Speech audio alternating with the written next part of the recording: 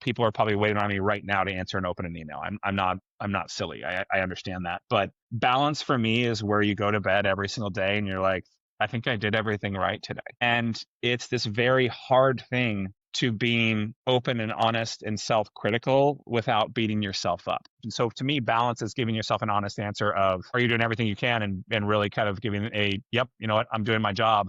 I'm doing everything I can. And I think that's the definition of balance, because that answer should encapsulate your family. It should encapsulate your physical fitness. It should encapsulate your work. And if you can put your head on the pillow and feel that way, I think you'll find you'll have more restful nights for sure.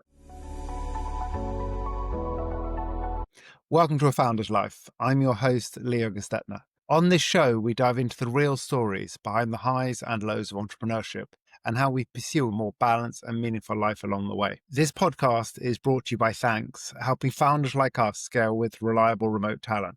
Email founders@thanks.com, that's THANKZ.com, with the subject line A Founder's Life, and you'll receive preferred pricing. Well, I'm excited today to be joined by Charlie Cole. Charlie, thanks for joining. Would you like to introduce yourself to the audience, please? Sure. Thanks, Leo. Oh, that's a great start. Good to see everybody. I've been doing e-commerce my whole life. Basically, since I was 22, I fell into the world of digital marketing, and the rest is history. And had sort of more non-entrepreneurship roles, let's call them, at places like Lucky Brand and TUMI and Samsonite.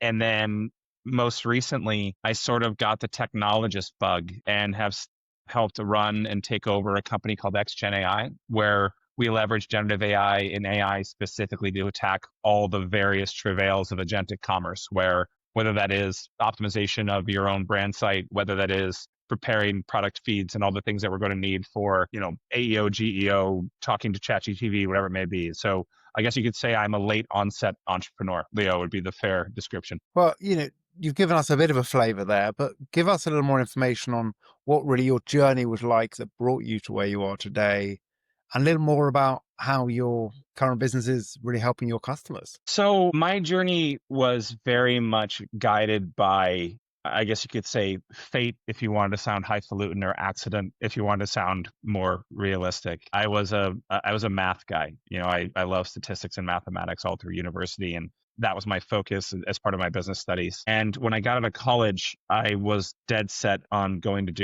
go to law school. Is what I always wanted to do. And I got accepted to go to law school. And then all these various people in my life were saying, hey, you can have what's called a gap year in the US, which is you can take a year off before you go and start your education. And they're like, you should take it. You're going to inform your studies that much more. You'll be that much more prepared. And I spent my gap year as an analyst at a very early stage realestate.com. I was doing real estate lead generation and selling that to real estate agents. And one of my first kind of impacts was I marched into my boss's office and was like, hey, I know I'm new here. I know this is my first real job, but I really think we should do more of this Google AdWords stuff, right? I don't know what it is, but you asked me to analyze it, and I'm telling you, it's really kind of making all the right signals for our business. And that was sort of where they decided to make me the head of advertising. And then my TV agency called me about a year later, and they were like, hey, why do you keep on cutting our budgets? Like, what's going on? I was like, well, it's the internet. We're selling a bunch more stuff via the internet. It's more efficient. It's more direct. And so moving forward, they asked me to move down to LA and actually start an online division of their agency. And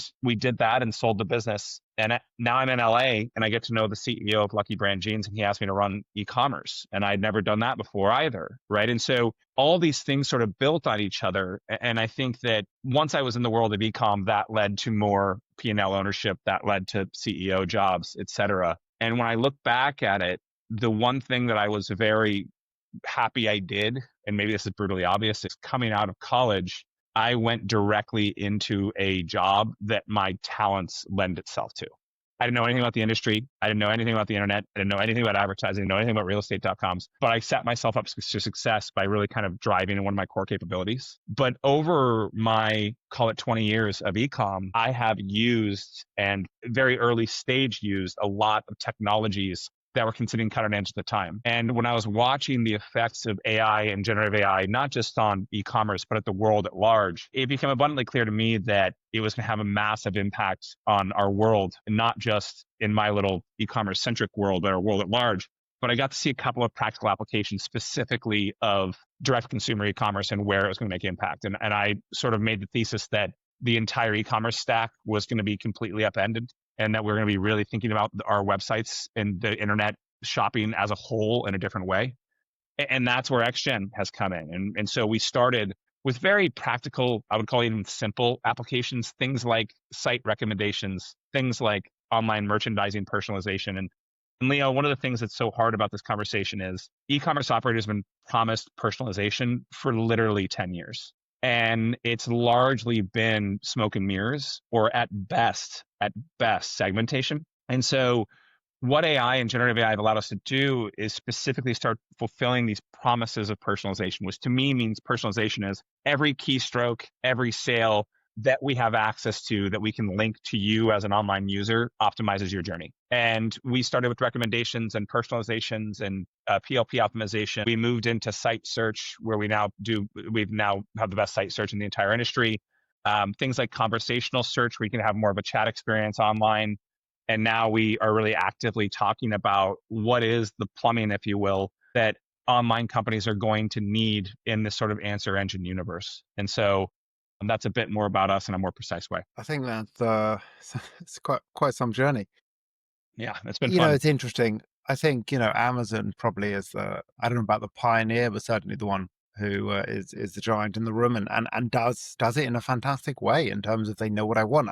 I think it was 10 years ago, Amazon got a patent to deliver you goods before you order them. They may not have used that yet, but they know enough about you. That's the point. And, it's that love-hate relationship. In some ways you hate the fact that they know way too much about you. On the flip side, it's really quite convenient. Yeah, and Amazon has one, well, they have a lot of advantages, but they have one inherent technical advantage, which is virtually everybody who shops on Amazon, because of how their website is set up and because of how their app is set up, is in a login state. So if you can raise your hand and say, hey, I'm Leo, right? And this is sort of what I've done in the past. This is what I'm doing right now. That gives you a huge advantage to start to personalize that experience. But Leo, you just referenced sort of one of my favorite dichotomies in the online world, which is consumers on one hand love and demand personalized experiences, and consumers at the exact same time are scared to death about their data. And the reality is you can't have one without the other.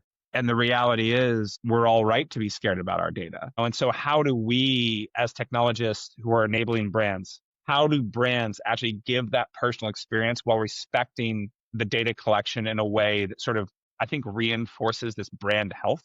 Because ultimately, how a brand does or doesn't use your data and stores your data in a very safe way is the fuel for all of this stuff we're talking about, for the Amazon experience you're talking about, for the personalization online that I'm talking about. But it is sort of a very kind of like walking contradiction that we all have to live. Yeah, I think I'm sort of okay with it. Like, I don't use privacy browsers, and I don't use. I'm sort of okay with the fact that yes, all my data is there, but it also hopefully makes my experience a little bit better. Yeah, I'm with you for what it's worth. I do everything I can to protect my passwords, and I do everything I can to protect my data. But at the same time, if it's a store that has earned my trust, I'm more than willing to give them access to cookies and CRMs and that sort of things, because frankly, I want them to know what I want. Yeah, and then you always got the little slightly scary thing when you open an app and somehow it knows that you were talking to somebody about something, which it doesn't really know that, but the same reason you were talking to them about that, you probably looked at it, or you've probably done some search, or the amount of data is always surprising.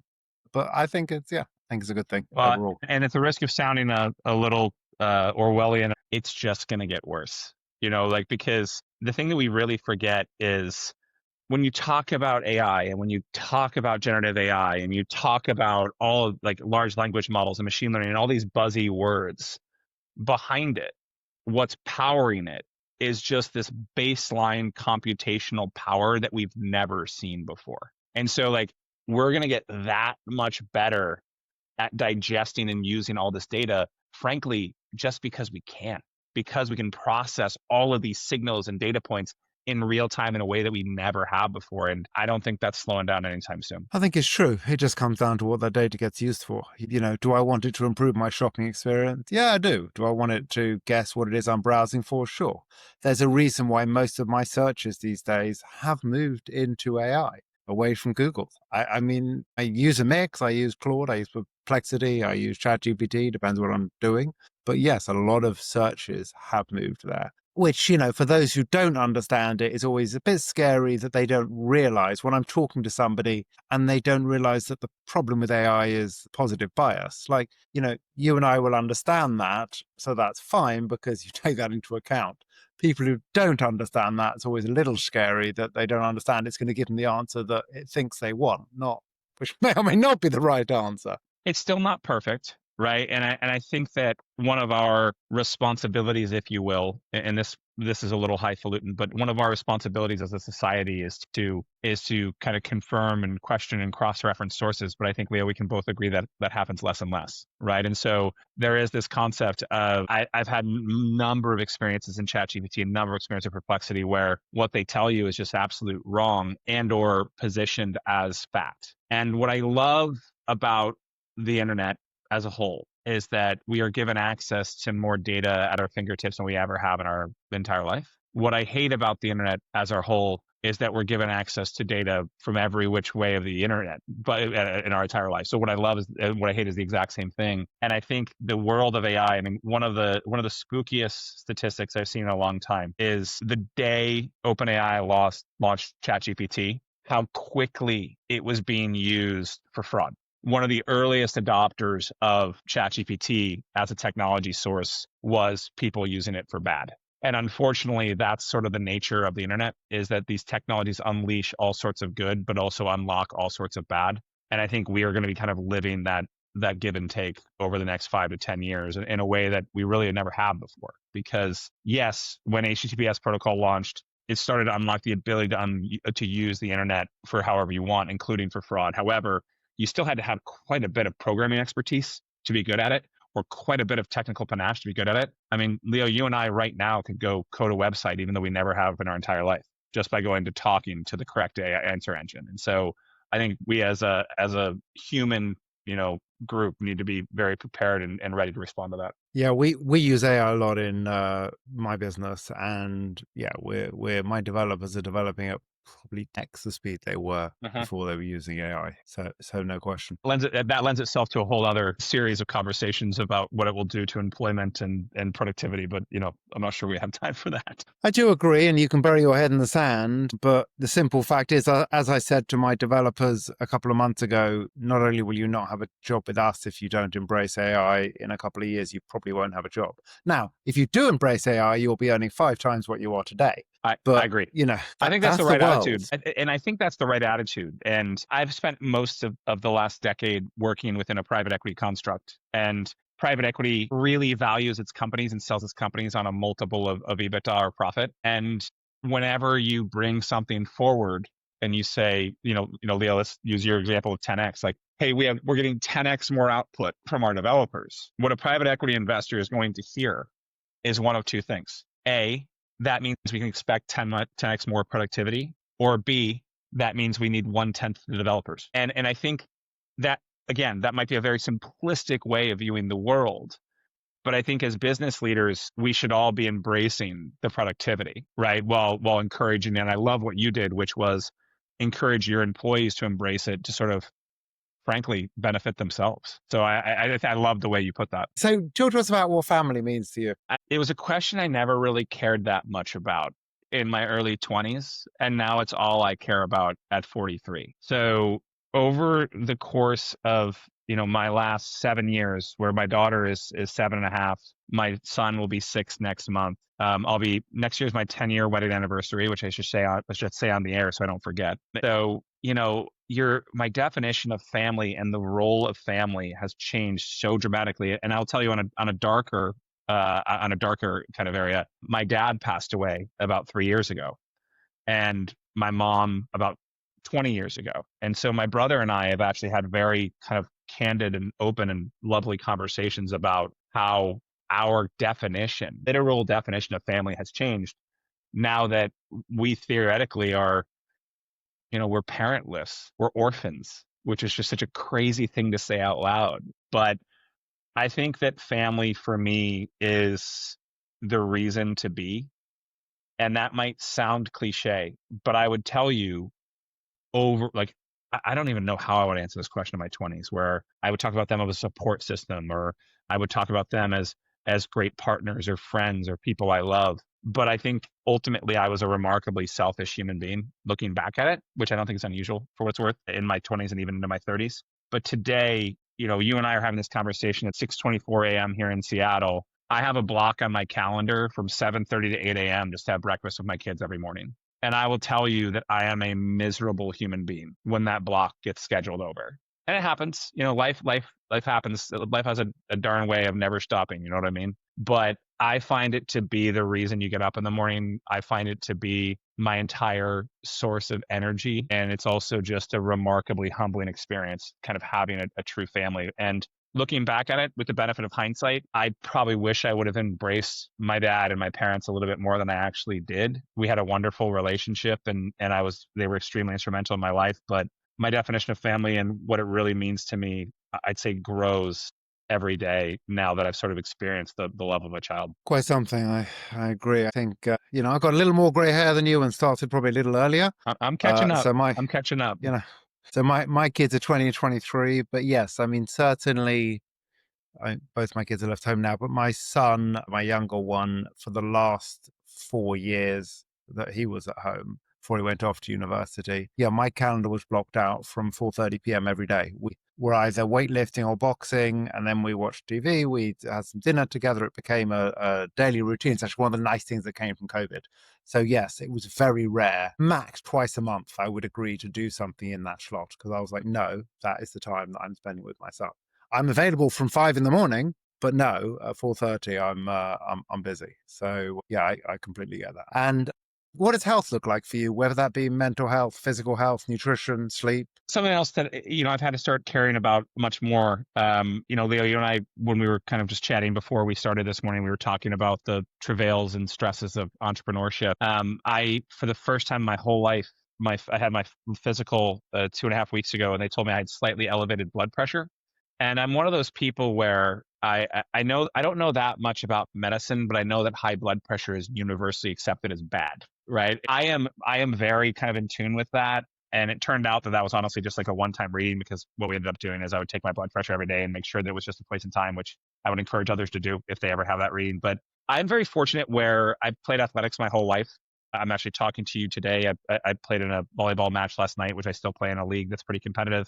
I work out every day, not because I feel like I need to, because I love it, right? So if like you think about physical fitness, for me, I'm very lucky where I enjoy doing it and I make time for it, and it's not a hard thing to do. Now, on the negative side, if you were here in Seattle tonight, Leo, and you text me like, hey, you're around to have dinner, one of my single favorite things to do on earth is to cook and cook for people and drink wine with people. It's just like, to me, it's just this definition of hospitality that I absolutely enjoy. And so finding balance has been key. And so for me, I will tell you that I am during the week, I am about as perfect of a nutrition and exercise human being and sleep person as you could think. I really optimize to it. I look for eight to 9 hours of sleep a night if I can. I usually go to bed around 8:30 p.m. and wake up around 5 a.m. I work out every day, take my dogs for a walk, roughhouse with my kids, do everything I can to be physically like active during the week. And then on Friday night, usually I give myself some grace where I'll go out to a restaurant or I'll cook for somebody or I'll spend time. But I think for me, finding that balance has been remarkably key because I was raised in the household where we were the ones hosting, right? And we were sort of this idea of hospitality was very much beaten into us in a way that I really enjoy it. But I really look for balance. But honestly, Leo, the way I evaluate my health today is all of the medical readings that are kind of like, I would call them forward-looking signals. I make sure I get a good glimpse of those annually, if not more. And then how I feel, right? Because I optimize to energy more than anything on this earth, right? And I think that energy is the thing that matters more to me. And so I'd like to think I've gotten beyond vanity, but you find that sometimes how you look and how you feel can certainly be intertwined, whether you like it or not. But the number one output that I really seek in how I take care of myself is my energy level. And the moment I feel that dragging, it usually means I've gotten out of balance in one of those things of sleep or fitness or nutrition. Agreed. The only thing I add into it is I've got my aura. I don't know if that's a good thing or a bad thing, but even more Yeah. data. Beyond playing volleyball and hanging out with the kids, what do you like to do for fun? So I mentioned cooking. Cooking is a huge Zen thing for me. We have two dogs. Getting outside with the dogs is massive for me, and I love being outside. And then travel. I think I sort of have lost count, but I'm pretty sure I've visited 91 countries at this point in my life. It's either 91 or 93. I'd have to go back and look at my notes. I never left North America until I was 25 years old. And so in the last 18 years, I've ticked off, call it 88, 85 countries, something like that. And I think kind of expanding your worldview is just one of the most amazing things you can do. Experiencing their cuisine, experiencing their life, experiencing their hospitality. My wife played volleyball at the University of Washington, and they had an alumni weekend this weekend, and she had a friend come stay with us who has been coaching in Turkey. And Sonia has a 7-year-old daughter, and she was staying with us, and talking to her about what living in Turkey has done for her 7-year-old just sort of affirmed this more global view of the world. So I would say top of my list is, frankly, absorbing myself as much as possible into somebody else's culture via travel. That'd be my number one answer for sure. Love that. As I speak to you from Spain, I'm Indeed. definitely on my travel journey, especially. And how does a balanced life look for you? It sounds like you've definitely got some elements of that. So the overall balance. So on a North Star basis, I don't think what I'm about to say is possible. So I want to be very clear about that. But I have this kind of point of view where you never want to be the person who is being waited on or letting somebody down. So my kids, for example, are they waiting on me to kind of help them with their homework? Coworkers, are they waiting on me for an answer? And I want to be very clear. Like, it's impossible. People are probably waiting on me right now to answer and open an email. I'm not silly. I understand that. But balance for me is where you go to bed every single day and you're like, I think I did everything right today. And it's this very hard thing to being open and honest and self-critical without beating yourself up. But I like to go to bed. One of the things that I worked with a gentleman by the name of Tom Andrews, who is an executive coach. He's an exceptional executive coach at that. And Tom would ask me this one question, which is, are you doing everything you can? Which it's such an easy question, Leo, to easily just be like, yes, of course I am. Right. But you asked questions about nutrition. You asked questions about sleep. You asked questions about physical fitness. Sometimes you think about your task list and that's everything you can. But ultimately, we control so much. And so to me, balance is giving yourself an honest answer of, are you doing everything you can? And really kind of giving yep, you know what, I'm doing my job. I'm doing everything I can. And I think that's the definition of balance, because that answer should encapsulate your family. It should encapsulate your physical fitness. It should encapsulate your work. And if you can put your head on the pillow and feel that way, I think you'll find you'll have more restful nights for sure. And, at least more often than not. Idealistic about it, right? Like, give yourself some grace for sure. Nothing in life is 100%.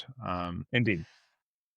And what for you has been a pivotal moment in your life? There's so many. We talked about having kids. That's one. I'm going to work my way back to kind of my core answer, but I think it's easy to go to kids.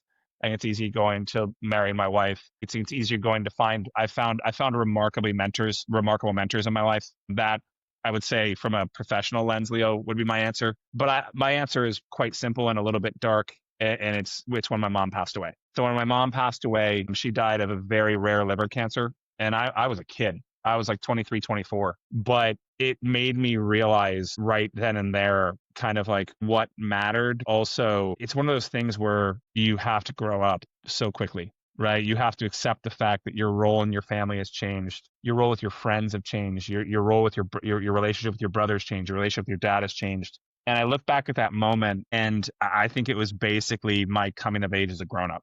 Right. Because I know they tell you start to enter adulthood at 18, but there was nothing very adult about my life before that moment. And it was just this lightning bolt, which caused me to sort of age in a way that I never really thought was possible. And then obviously going through it again with my dad, I was certainly better prepared. But I think for me, that moment was sort of the first moment where I started to kind of understand what I needed to do to evolve as a person to make sure I don't really miss what matters. And so I'd say that'd be my answer. A bit of a downer, but certainly one that unlocked a lot of happiness for me. That's all part of the journey. I think the past is what defines us today. The negatives, the positives, the good, the bad. It's why I don't personally believe in regrets, because everything in the past defines who we are today. But the regrets is a tricky one, right? Because you wanna understand and feel everything, but you also need to make sure you see it as an opportunity for growth, as an opportunity for despair. So I 100% agree with you. By the way, probably a small regret for turning down £250 million offer for a business when I was in my mid-20s. But, we're putting that one aside. We live and learn sometimes. And what's one piece of advice that you could give to an aspiring entrepreneur? Gosh, only one, huh? Understand what you're Two, good if at you and want. well, no, so I'm gonna say understand what you're good at and understand what you're not. And this really, I think, Leo, encapsulates everything we've talked about, where we sort of alluded to growth and balance and self awareness. And we talked about all these things. But the reason I think I'm better at what I do now versus yesterday is I know where I should be authoritative and driven and have a very informed point of view. And I know where I should be sort of like second fiddle and subservient and ask questions and try to support. And I think it's sort of this departure of ego that comes a lot at the exact same time as your ego sort of lessens as your kind of learning grows, right? And I think specifically of my first foray into working in fashion. I was 25 and I had absolutely no self-awareness. And I thought I was good at everything, right? And I was just a cultural disaster, you know? And so my advice to an entrepreneur, you're thinking about starting a business, just accept the fact that you're not good at everything, but double down where you know you're great. And that's what I would say, know what you're good at and know what you're not, and then surround yourself with the mentors and partners you need to kind of give yourself a little bit of have people have your back. I love that. Perfect. You in one piece of advice have come up with the magic that entrepreneurs need, that I Right. think everyone needs. And, And it all comes from the mistakes we make, right? So that's the idea. Yep. And how can people find you? I try to be the most findable person on earth, Leo. I would say that my LinkedIn is a great place to reach out to me. I'm linkedin.com/my name, Charlie Cole. Charlie.cole@xgen.ai is a very easy way to reach me. But it's truly the reasons I do this, Leo, is making connections with people like yourself, making connections with your audiences. I teach a lecture at the University of Washington's sole purpose to just connect with more people who are kind of coming up in their careers. So I'd ask everybody who listens to this, regardless of why you'd want to reach out, whether it's commercially, personally, professionally, please don't hesitate. I'd be happy to engage with everybody. Well, thank you. I appreciate you joining us. Thanks, Leo. And thank you for listening to today's episode. If you enjoyed the conversation, don't forget to subscribe to the channel, tell your friends, and leave a review.